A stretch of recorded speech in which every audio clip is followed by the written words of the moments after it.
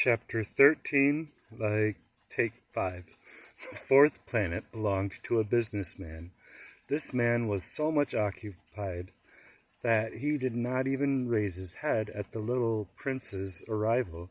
"Good morning," the little prince said to him. "Your cigarette's gone out. 3 and 2 make 5, 5 and 7 make 12, 12 and 3 make 15. Good morning. 15 and 7 make 22, 22 and 6 make 28. I haven't got time to light it again. 26 make 20 and 5 make 31. Phew, and then that makes 501,622,731. 500 million what? Asked the little prince. Are you still there? 501 million. I can't stop. I have so much to do. I am concerned with matters of consequence. I don't amuse myself with balderdash. 2 and 5 make 7. 501 million what? Repeated the little prince, who never in his life had let go of a question once he had asked it. The businessman raised his head. During the 54 years that I have inhabited this planet, I have been disturbed only 3 times. The first time was 22 years ago, when some giddy goose fell from the goodness knows where. He made the most frightful noise that resounded all over the place. I made 4 mistakes in my addition. The second time, 11 years ago, I was disturbed by an attack of rheumatism. I don't get enough exercise. I have no time for loafing. Third time, well, this is it. I was saying then, 501 million. Millions of what? The businessman suddenly realized that there was no hope of being left in peace until he answered this question. Millions of those little objects, he said, which one sometimes sees in the sky. Flies? Oh no, little glittering objects. Bees. Oh no, little golden objects that set lazy men to idle dreaming. As for me, I am concerned with matters of consequence. There is no time for idle dreaming in my life. Ah, you mean the stars? Yes, that's it, the stars. And what do you do with 500 million of stars? 501,622,731. I am concerned with matters of consequence. I am accurate. And what do you do with these stars? What do I do with them? Yes. Nothing, I own them. You own the stars? Yes. But I've already seen a king who... Kings do not own, they reign over. It's a very different matter.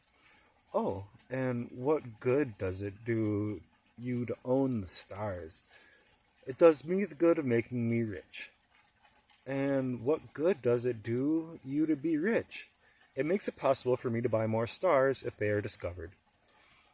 This man, the little prince said to himself, reasons a little like my poor tippler. Nevertheless, he still had some more questions. How is it possible for one to own the stars? To whom do they belong? The businessman retorted peevishly. I don't know, to nobody. Then they belong to me because I'm the first person to think of it. Is that all that is necessary? Certainly. When you find a diamond that belongs to nobody, it's yours. When you discover an island that belongs to nobody, it is yours. When you get an idea before anyone else, you take out a patent on it, it is yours. So with me, I own the stars because nobody else before me ever thought of owning them. Yes, that is true, said the little prince. And what do you do with them? I administer them, replied the businessman. I count them and recount them. It's difficult, but I'm a man who is naturally interested in matters of consequence. The little prince was still not satisfied. If I owned a silk scarf, he said, I could put it around my neck and take it away with me. If I owned a flower, I could pluck that flower and take it away with me. But you cannot pluck the stars from heaven. No, but I can put them in the bank. Whatever does that mean? That means I write the number of my stars on a little paper, then I put this paper in a drawer and lock it with the key. And that is all? That is enough, said the businessman. It is entertaining, thought the little prince. It is rather poetic, but it is of no great consequence. On matters of consequence, the little prince had ideas which were very different from those of the grown-ups. I myself own a flower. He continued his conversation with the businessman.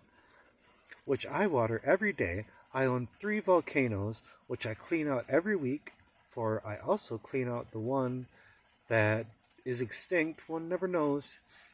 And it is some use to my volcanoes, and it is some use to my flower that I own them, but you are of no use to the stars. The businessman opened his mouth, but he found nothing to say in answer, and the little prince went away. The grown-ups are certainly altogether extraordinary, he said simply, talking to himself as he continued on his journey.